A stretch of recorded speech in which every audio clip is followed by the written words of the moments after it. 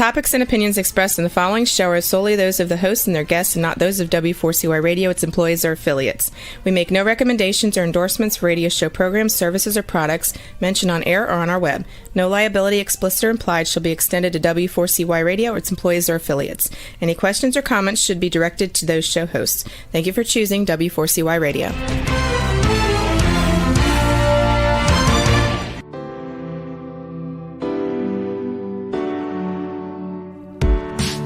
Welcome to Success Secrets Exposed. Tune in live every Tuesday at 7 p.m. Eastern Time or Wednesday mornings in Australia on W4CY Radio and Talk4 TV. Every week, Sally leads intimate conversations with today's thought leaders, change makers, disruptors, and masters of their inner genius to bring you tips, strategies, and insightful perspectives on various topics shaping our lives and business growth, revealing the human element of success and challenge.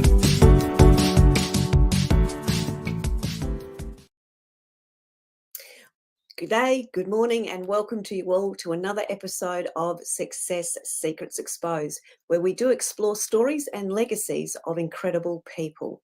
And today I'm thrilled to introduce not just one, but three extraordinary guests, both in their own right and collectively. First, we have Gary Lee Price, a world-renowned sculptor whose life mission is to lift the human spirit. His remarkable bronze statues are found all over the world, from Hong Kong Central Library to New Skin headquarters in Utah. Gary is also the visionary behind the monumental Statue of Responsibility, a 300-foot sculpture inspired by Viktor Frankl's Man's Search for Meaning. Joining Gary are Leesa Price, his supportive wife and collaborator, and Bridget Cook-Birch, the book whisperer, both of whom have been integral in bringing Gary's vision to life. But I'll let you explain a little bit more on that soon. Be prepared to be uplifted as we dived into an inspiring journey of creation, dedication, and the powerful legacy they are building together through art and responsibility. Please help me welcome to the show Gary, Leesa, and Bridget. Hello, welcome. Thank you so much for joining me again on our show. It's been a while since we've spoken, so I'd love to welcome you all and love to continue the story about the Statue of Responsibility. But can I ask you, please, to give us each a little bit of a backstory of how you've actually come together, and then we'll dive in. Thank you, Sally. We're really excited to be here. Thank you. Yes, he always looks to me. So, I want to just say we feel really blessed that we know Bridget. So I believe that Bridget has been an angel, not just in our lives, in the lives of many, many people, but in particular in this project's journey. And she appeared on our life journey Bridget, has it been about 7-8 years ago? About 7. 7 years ago, when Bridget and I met each other working on Bridget's foundation, Sheroes, that she started here in Utah to empower and uplift women. And it just appealed to me so much because that is my core passion. And so we became close friends. And then I found out about her book retreats.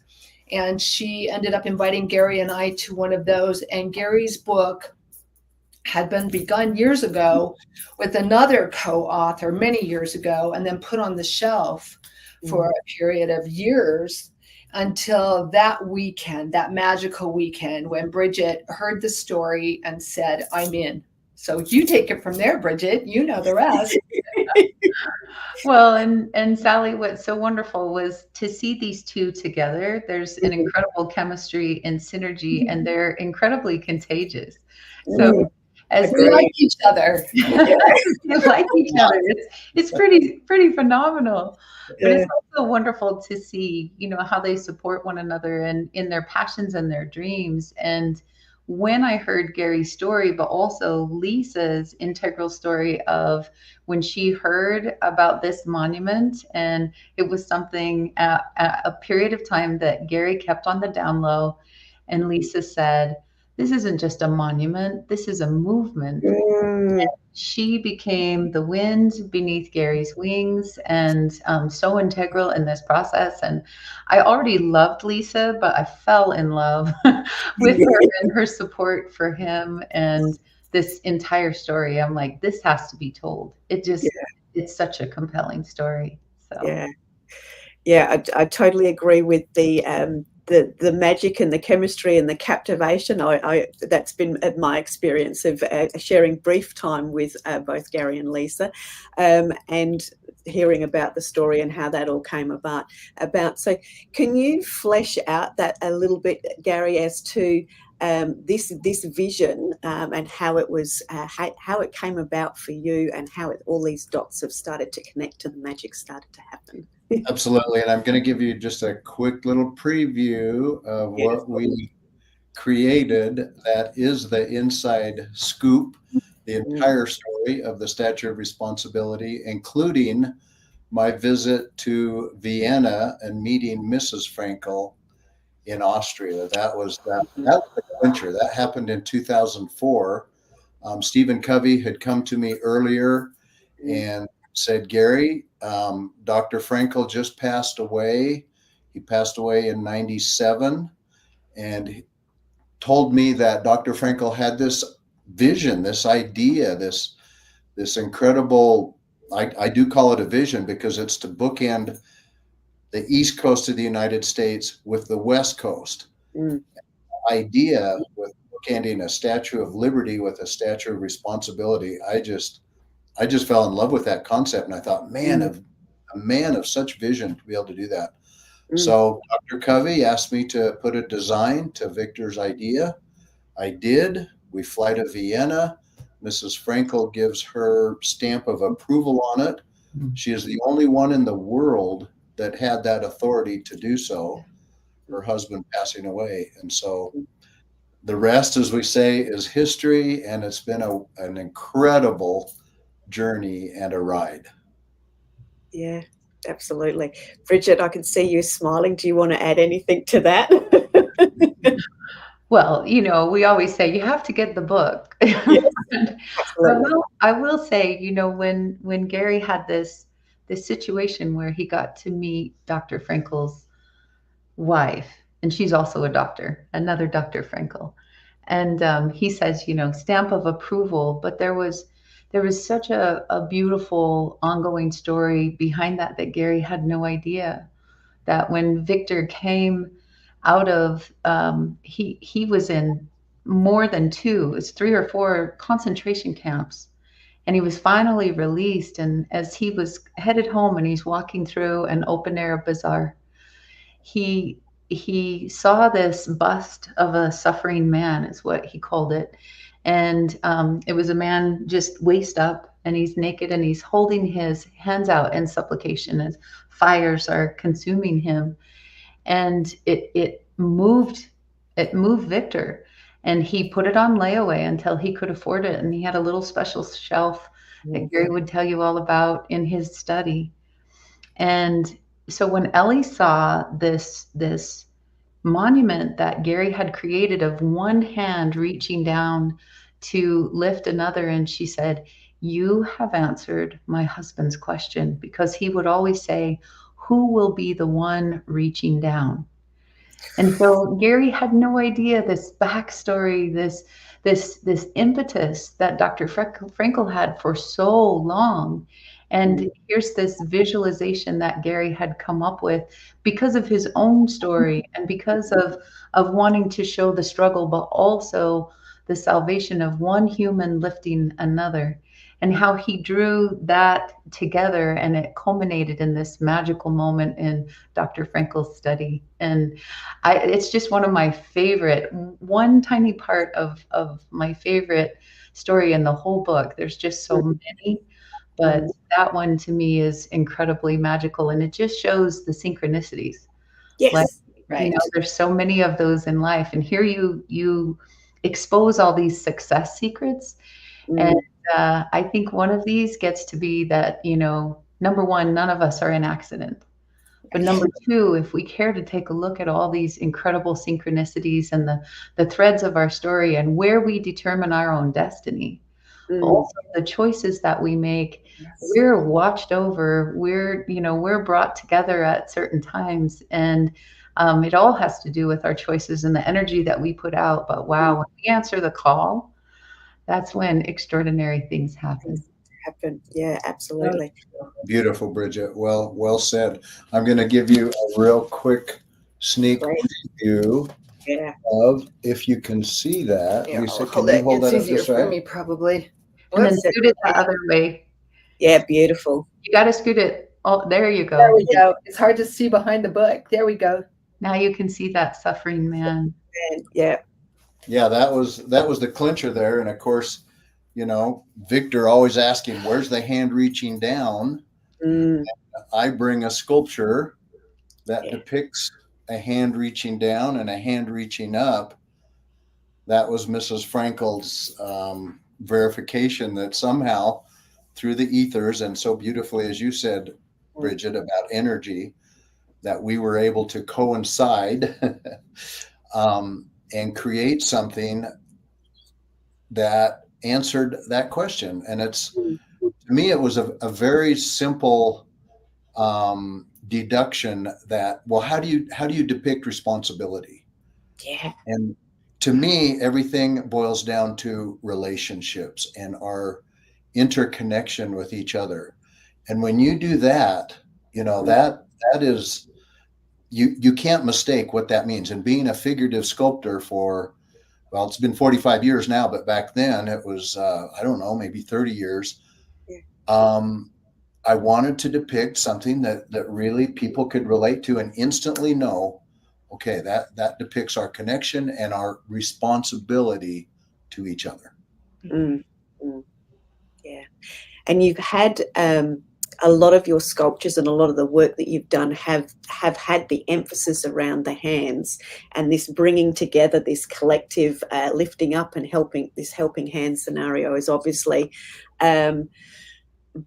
birthed this vision, or I'm not sure which comes first, but it's been that manifestation of the collective to bring this to life. What's your hope and your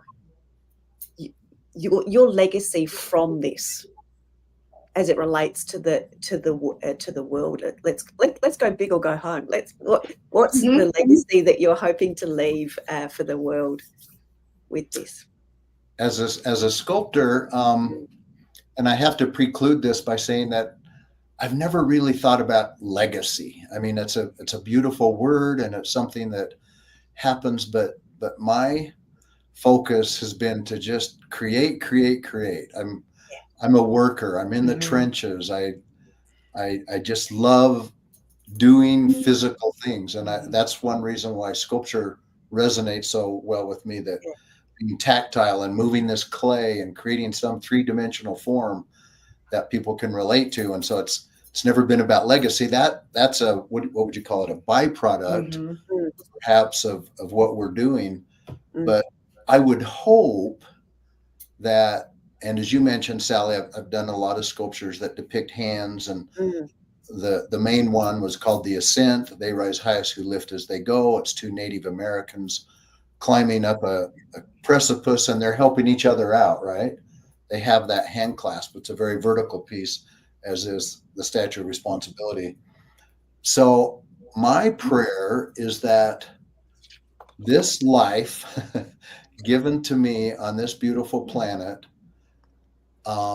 has a meaning of connecting people and giving them something that is visual, that helps them realize what I believe our mission should be.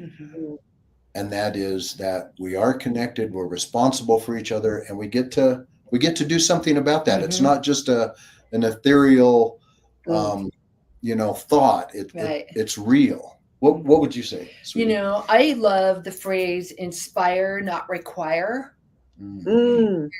I feel like the Statue of Responsibility has an opportunity to inspire for generations to come. And that would be, if you want to say legacy, for us, like Gary said, it's, that's a word that isn't kind of something we aspire to, but I will say it is very significant in the fact that we have 9 children between us and 20 grandchildren at this moment. And so, if there's an attachment to legacy for us, that's it. Yeah. It's that we feel a heavy responsibility and also a hopeful responsibility to leave the world a better place for our children and grandchildren and their children and grandchildren for generations to come. And I think right now in the history of our planet, not just our country, but our planet, it is so important that we find hope and that we can somehow educate and inspire the next generations. Otherwise, we're kind of spiraling the wrong direction and it's not going in a good place. I love that you've expressed it that way, because when I think of think of you guys, and if I think of the word inspiration, I think of inspired action, which ties in beautifully to it being a movement. And it is a movement of people that are inspired by some form of action, their own version of what their actions are to help bring this forward. So thank you for that. Bridget, would you like to add to that? I'd love to. I think we have this incredible executive committee, just full of volunteers, and they're professionals that have been involved in all different backgrounds, walks of life, but all significantly entrenched in service, all significantly entrenched in legacy. And they might not call it legacy like Gary, but it's like, how can I bring to the table everything that I've done up until this moment to make sure that this is something that happens, that, as Leesa said, inspires generations. And I think one of the things that is so important about this movement is that it's not just about today. We see in leadership today that there's so much reaction and there's so much given for, what's gonna be the economic purpose, what's gonna be the social purpose, how can I spin this, how can I do this thing that's gonna get some short-term gains. What I love about this movement is it is about taking action now, and as Leesa said, for generation upon generation upon generation, because we are exceptional creatures, and we have the opportunity to do something so exquisite in our day, and to build upon the shoulders of giants that have come before us. And so we can choose something small, and that's okay when it is revolving around love. But there are very few people who have enough courage, like Gary and Leesa, to create something absolutely monumental. It means coming up against criticism. It means getting out there in such a big way that everything is vulnerable and exposed. And it is also incredibly powerful.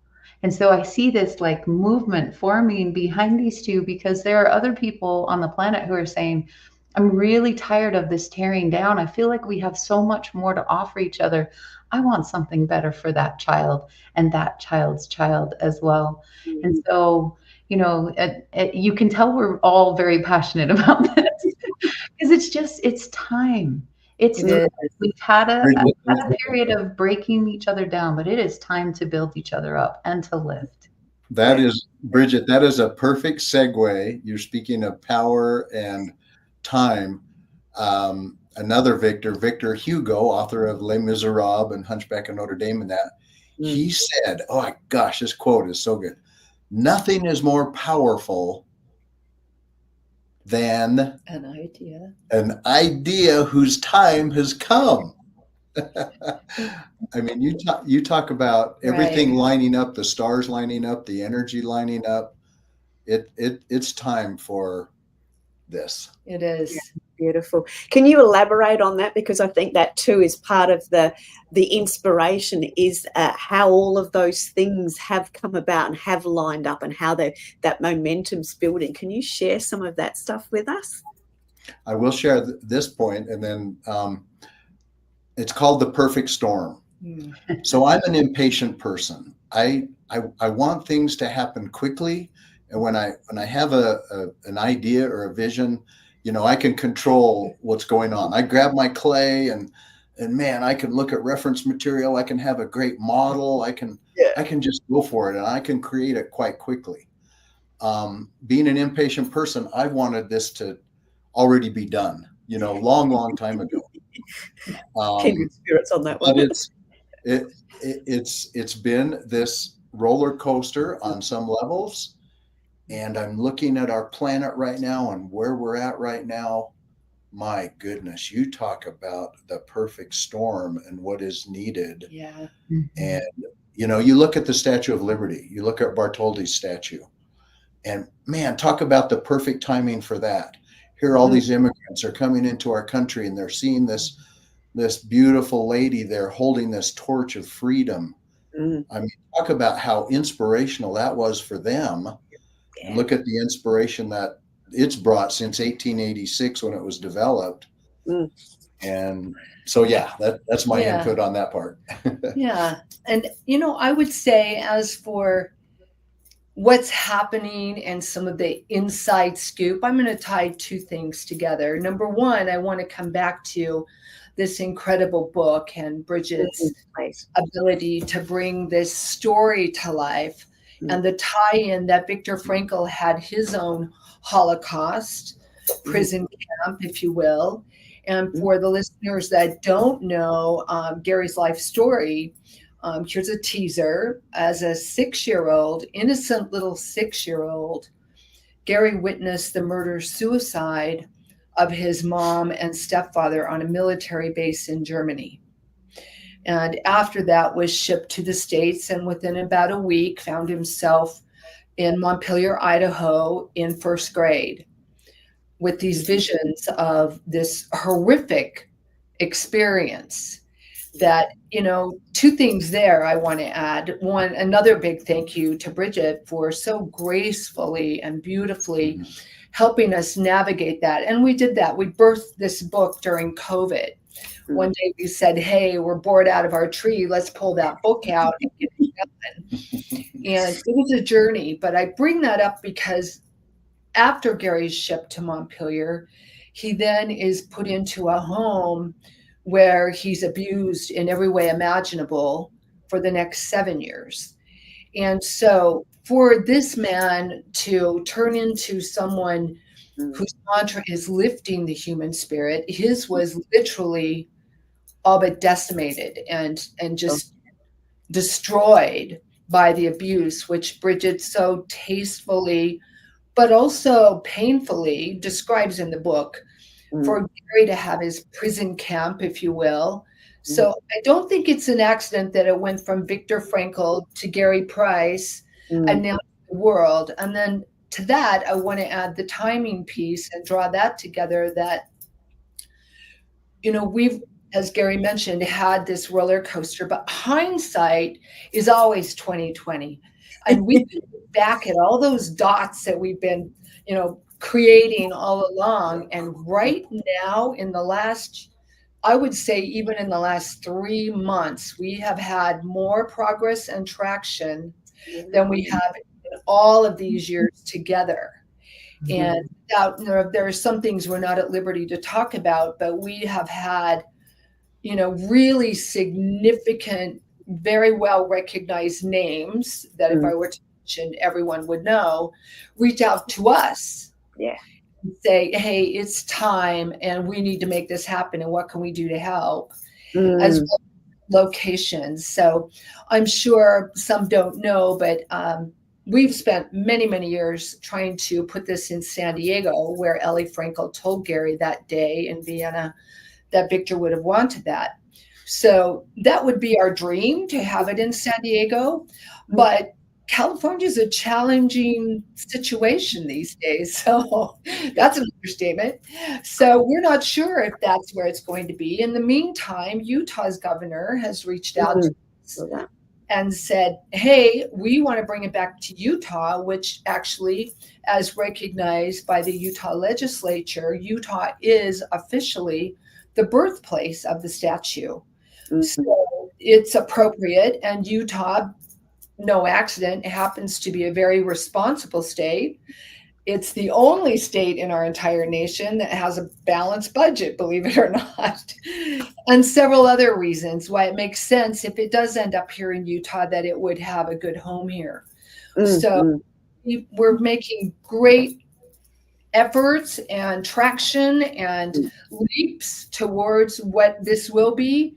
The one thing we all know is that it will be where it's supposed to be. We've seen too much of what you said, synchronicity, serendipity, God's hand, higher power hand, whatever that is for anyone, we can't deny that. And know that we're just stewards over it. And we'd love to say anybody who reads the book or hears the story, you feel it, that this is a spiritual project, not a religious project, spiritual, very significant project for humanity. And sure, there will be pushback. Anything that's good is going to have pushback. And we just march forward, Sally. And we're going to. That's the journey. That is the journey, isn't it? Is that marching forward and bringing things to life. Bridget, please, over to you to add on to that, because I know how much heart, soul, comfort, care you would have brought to Gary as part of that book process. Having read the book, Divine Turbulence, and gone through the journey in the book and had a number of conversations, it would have been I'm going to call it a tough gig, because it would have been so raw and personal and all those sorts of things. And in your nurturing hands, Bridget, that, I can only imagine the incredible journey. So please share your insights on, the book process and the life that the book that is continuing on with the sculpture. Well, Sally, you helped us launch it. So we want to say thank you for that, because you were integrally involved, as we were first getting this out. But to backtrack a little bit, Gary being an artist, he's very tuned in to heart and to intuition and inspiration. And, it's interesting because a lot of books around leaders, they may go a little bit into certain dark nights or dark evenings, but sometimes they want their books to be all rainbows and fairy tales and unicorns. And there was a decision to be made, and Gary and Leesa and I, sat down and talked about it. And, as Leesa mentioned, this really was like the heart of it was birthed during COVID. And there were so many people facing complex trauma. And the hard thing was for us to watch how many people were staying there. Yes. And what is significantly wonderful about Gary's story was he found faith and he found art. And it was enough to lift him so that he could turn his life around and really be an inspiration to others, because so many things were done to him. And what he did was make that be done through him and for him, so that he could create something this magnificent. And you see his artwork all around the world. He doesn't hold back. He takes all of his experiences, even, he has a lot of beautiful pieces of the innocence of children and the vision of flight and play and heart. And you see that. And he allowed that innocence to come out in the book. And then he also allowed us to see what it was like to be worked on. And then also for him to have his own liberation day, and for him to come to grips with different decisions along the way. And I will tell you, just like your great country is founded on redemption. And this is half of this legacy of this statue, of this movement, is that we are so fallible, we are human, and we are messy, and we make mistakes, but it can have such incredible meaning. And so in the writing of this, there are these beautiful threads of what does it take to be responsible? What does it mean to be a responsible father? Because Gary had some interesting situations that happened between his birth mother and his father, and there's all of this genetics, but then there's the what does it mean to show up in someone's life in a really responsible manner? And that's just like one piece of this. But I feel like what Gary's vulnerability has allowed is this great sense of purpose that no matter what has been done to you, and even mistakes that you may have made along the way, that all of those are overcomable when you turn your heart and your eyes to service and to creation. And that's what he does every day. As he says, he's impatient, but he creates all day long. And that creation, that is what's possible for any of us who have been through some hell and high water, but we can come out on the other side. That's where we can be victorious. And I really feel that this story, you know, we didn't know when we went to publish this book, we didn't know about this huge momentum taking place with the statue that's happening today. Yeah. But I told Gary, I said, you cannot wait. The story itself stands on its own. And the statue and the monument will be gravy on top of this, because this book has its time and so does the statue. And we're seeing both of those coming together. And it's crazy too, the power of story, Sally, because, you know, we have seen people not understanding the symbolism behind the statue. And then when someone cares enough to school them on, well, do you know the story behind it? Do you know what this is all about? Do you know about Gary? Do you know about Viktor Frankl? Do you know how he came up with this idea? Yeah. All of a sudden, they go from like being naysayers to saying, I want to see this. I want to see this happen. I want to be a part of this. So we are able to invite everyone. Please read or listen to the story. The Audible is fantastic. Find out what's behind this, and then come and join us, because as we're talking to you in Australia, this is not just a US endeavor. It is worldwide in its ramifications for all of humanity at a time that we really need it most. Yeah, agreed. And I think that's the element for me was, yes, the story, but when I talk to people in the simplistic version of the story and the purpose around the statue and the hands coming together, I can see their faces light up, and it just lands because they get it, and they have their oh my gosh moment. So there is that, I'm going to call it the human calling, when they just understand the tip of the iceberg. But of course, there's all of that other gold underneath that sits underneath that you're aware of, and that certainly is happening. So let's talk about being an impatient person too. Now, what can be done in all of those different levels and areas as it relates to inspiring the movement further and getting more people buying in? How can we help mitigate the impatience? How can we speed things up for you, Gary? Wow, that's a great question. I'm going to pass that on, Leesa. Well, spread the word. That would be it. Spread the word. You know, we love being on podcasts, and Gary's already been on one this morning. We do one about once a week. We've got another big one this week. And we love sharing the message and sharing the story.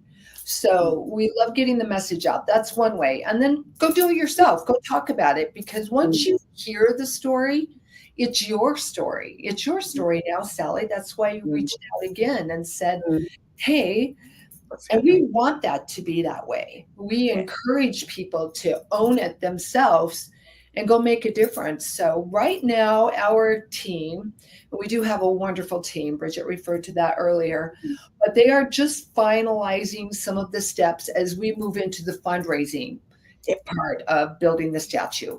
So we're in the final steps of identifying exactly where the 305 foot will be. And simultaneously, I'm going to just add a little footnote here. We are dedicating a 15-foot replica of the exact one Gary gifted to Ellie Frankl that day in Vienna many years ago. 15-foot version will be dedicated at Alliant University, where Viktor had a post back in the day.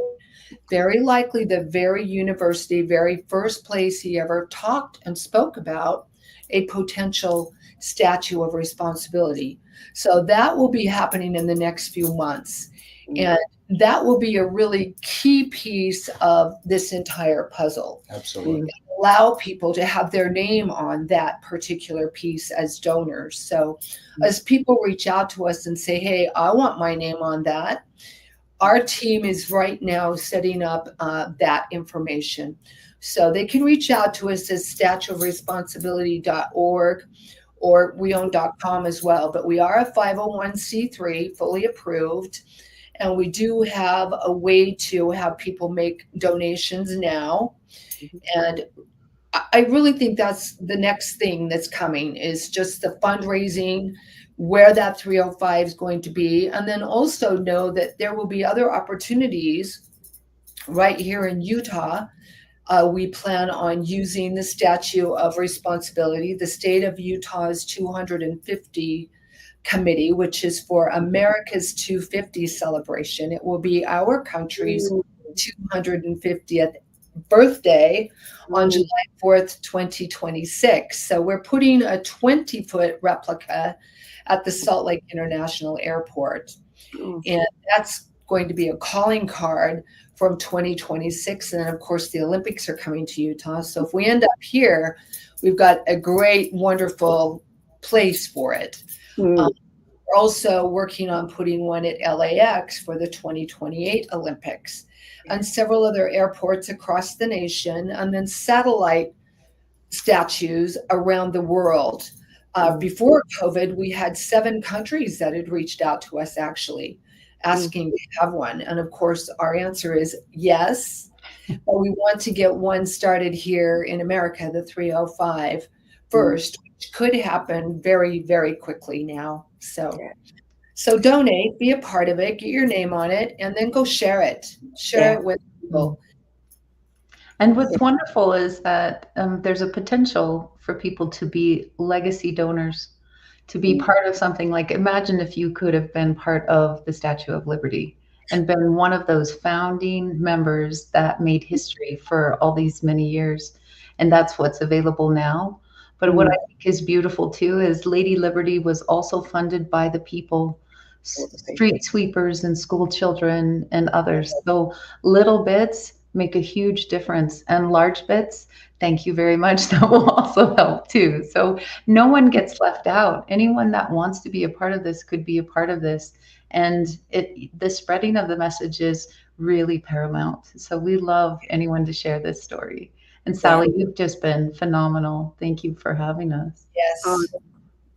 My pleasure, Gary. Over to you. I have to throw one thing in too.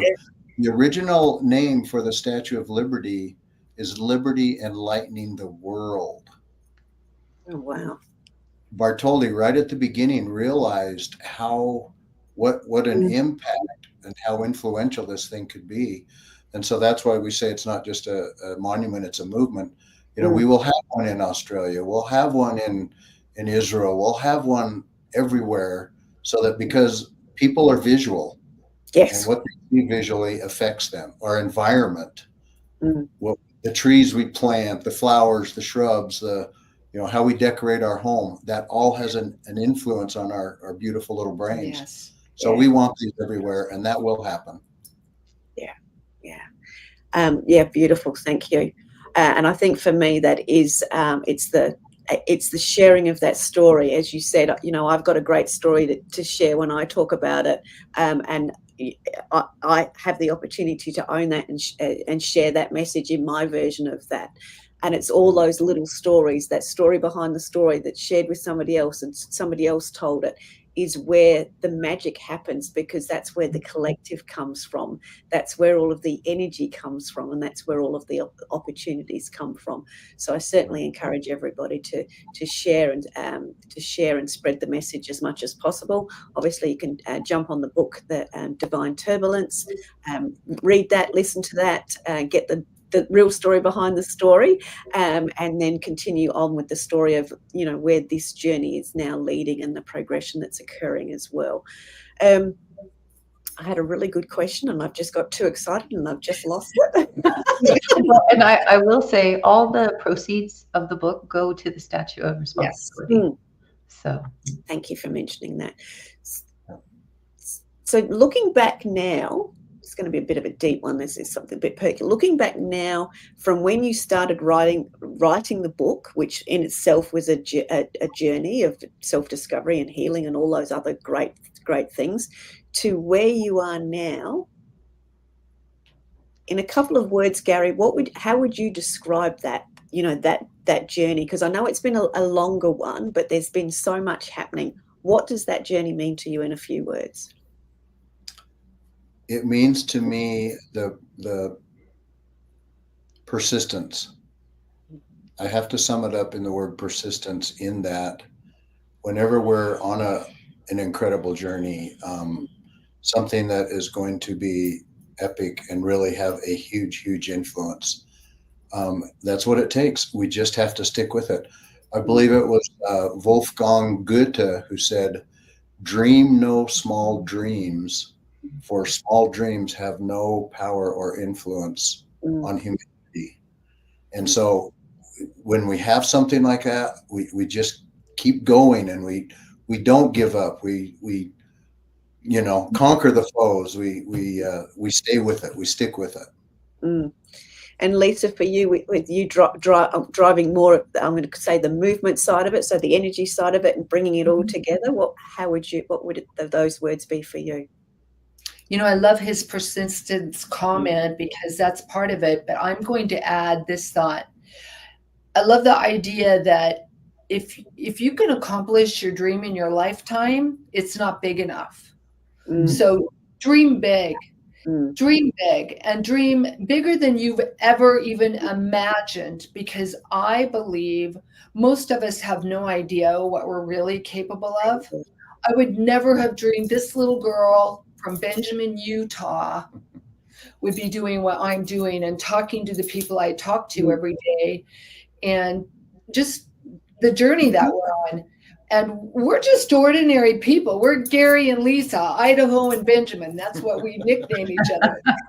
We're just really ordinary people who have honestly had some extraordinary crossroads where we said, that would be easier, but let's go that way. And it's been bold, but, live bold, live big, and go for it. That would be mine.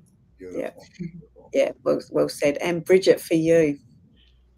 I think I would have to say, there is so much power in stories and words, and the story you tell yourself is the most important story. And there was a story that Gary told himself for a time, and there was a story that Leesa told herself for a time, and there's a story that I told myself for a time. And it's so fascinating that we get to be playing together in this, and I just adore these two, and I look up to them so much. And so I love the persistence and the boldness. And I would also say that there is a particular magic when you believe in the power of your story to change the world. That's my business tagline. And I wrote that before I wrote Gary's story. And it's so fascinating to me, because the things we write and the things we choose to believe about ourselves and for others, like Gary dreams big, Leesa dreams big, and it doesn't just encompass them, it's for so many other people. And so when you dream and dream big, include other people in that and believe that your stories can change the world, because they can, and they do. Yeah, well summed up. We're getting close to the end, so I'm going to ask you each this question: what haven't I asked, or what do you still feel the audience needs to know? I'm going to throw this in real quick. For me, the breakthrough was the title, Divine Turbulence. If I could put a message out of what this is about, it is about that we all have turbulence in our lives. We have a son that's a pilot. We know a lot of pilots, and when you're flying, it can get a little shaky sometimes. We all have that. We all experience that. I also believe one of my core foundation beliefs is that there is a higher hand. There is a divine orchestration to every one of our lives. And the more we recognize that and realize that, the more we can be on path and the more we can do great things. Realizing that my mother, who was taken from me at age 6, she's one of my guardian angels. Leesa's mother, Clara Lee, who's, wherever, and so many people, Viktor Frankl, Dr. Covey, so many. My gosh, we have so many forces behind us that there is literally nothing we can't do. Focused and acknowledge those higher powers. Yes. Yeah, well said. And Leesa, something to finish off with you that you'd like to add? Yes, I will add that a lot of people are embarrassed by their story, or they feel less than because of their stories. And I know Bridget alluded to that. I was widowed when I was 26 years old through suicide with 4 babies under 6. And as a result of that, in my community here in Utah, it was really hard. So my message is, we get to not let our story define us. In fact, I love the thought that our stories refine us. They cause us to really, when we embrace our story at least, and when we say, everything is with a divine purpose in my belief. And when we can look back at whatever that hardship or whatever that embarrassing thing or that, whatever it is happened to us, and know that there's a thank you. I love, my son taught me the ouch, thank you. Jedediah said, a lot of things in our lives are ouch, and they hurt. But he said, Mom, there's always a thank you. It may not be today, and it might be down the road a ways, but if we always know that there's a thank you, and that's been my experience, that's my truth. So ouch, thank you, and don't let your story define you. Let it refine you, make you shiny, and let you be an example to reach back and be that. I was that hand needing help when I had 4 little babies. Now, thank heavens, we're in a position to say, how can we help you? Beautiful. There you go. That's mine. Beautiful. And Bridget, in the last few minutes or so, your thoughts too, please. Well, Leesa just said everything that pretty much that I would say, but I will just share. Humans are messy. We're just messy. And we do have an ability to shine, as Leesa said. And I find that often our mess becomes our message. And so I would just, for the listener and the watcher of this, to think about what messy things have you been through that, as Leesa says, you can now thank for, but now what also can you do to bring it forward? Like that, let it be this massive, beautiful contribution to the world. And a lot of times it's like Mother Teresa said, I may not do great things, but I can do all things with great love. And, what is that for you? So that would be my lasting thought. Thank you very much to all of you for sharing so much with us today. I love that we finished on that contribution, because I think that's the best way to be able to serve and make an impact and a dent in the universe and change lives. Thank you for sharing all of your backstories about the Statue of Responsibility and all of the messiness that's become the greatness. I wish you every success, and I look forward to being able to share this continued journey with you all. Thank you very, very much. That's us for the Success Secrets Exposed. We'll see you next week on another episode. Thank you very much. Thank you, Sally. Remember, if you want to be sought after and sold out, as well as being known as the obvious expert in your industry, you need to speak with Sally, our host of Success Secrets Exposed. Sally is the founder of Monetize Your Content, a done-for-you content marketing agency that helps you be easy to buy. See you next week on another episode of Success Secrets Exposed. Tune in live every Tuesday at 7 p.m. Eastern Time or Wednesday mornings in Australia on W4CY Radio and Talk4 TV.